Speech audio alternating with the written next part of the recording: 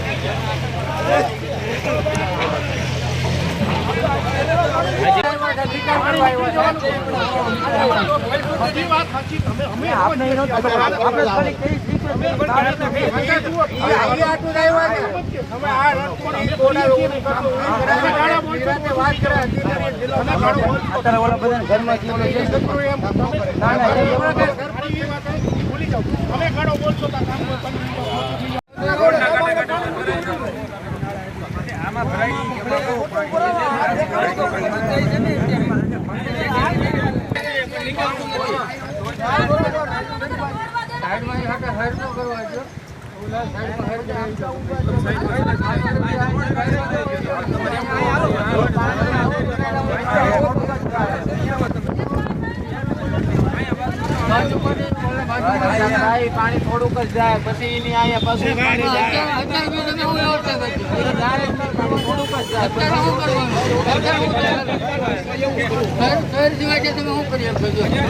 પાણી તો હમણાં વહેતું છે, પાણી અહીંયા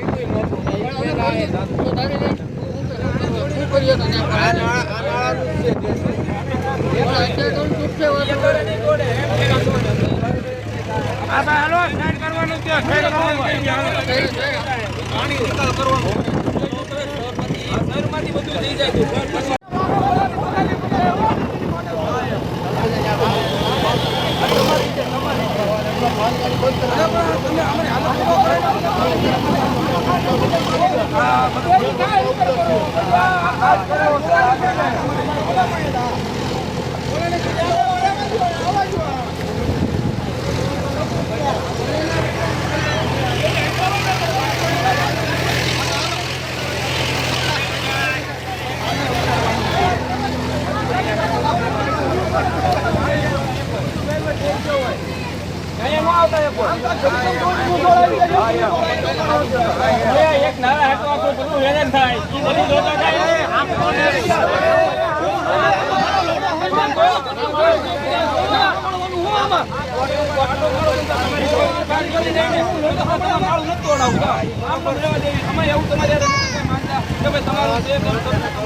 અમારા દેવા બરોબર બગડશે, ખાલી 10 ફૂટ બરોબર બગડશે, અમારા ગાવ એરિયાની માણ જાય એમાં.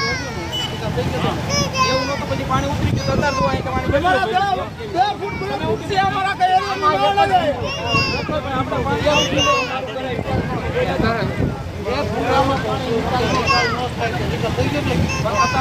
નિકાલ તો આવ્યો બરોબર 2 કલાક પછી આનો નિકાલ થઈ જવાનો છે 2 કલાક પછી તો 2 કલાક પછી આનો નિકાલ થઈ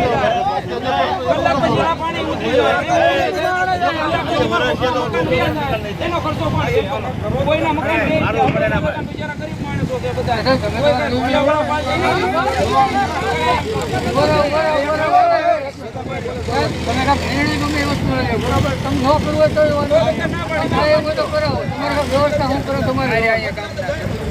તમારે કરવાનું છે ને હાલે ભાઈ સરપંચ નું થાય એમ તો વ્યવસ્થા અમારી કોઈ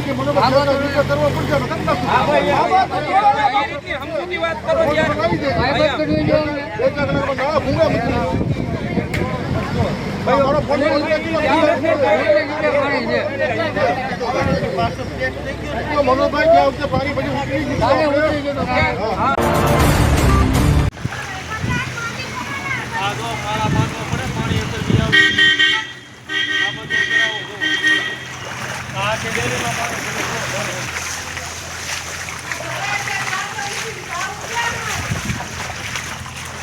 પાણીનું બંધ કરાવી દે એટલે ઘણું અમારા ઘરમાં ગોઠણ સુધી પાણી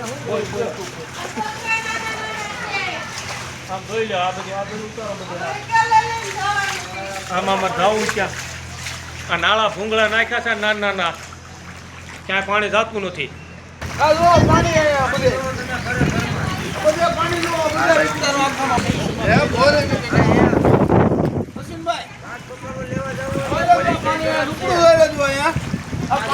અંદર બધા હુવે છે, આજે હુવાનું કે ન હુવાનું ક્યાં જવાનું? શેરી ઉતી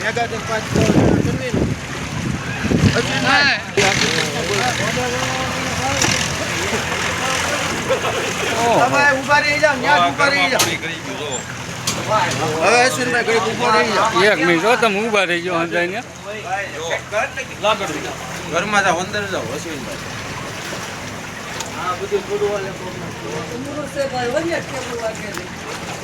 મારી કે બે શબ્દ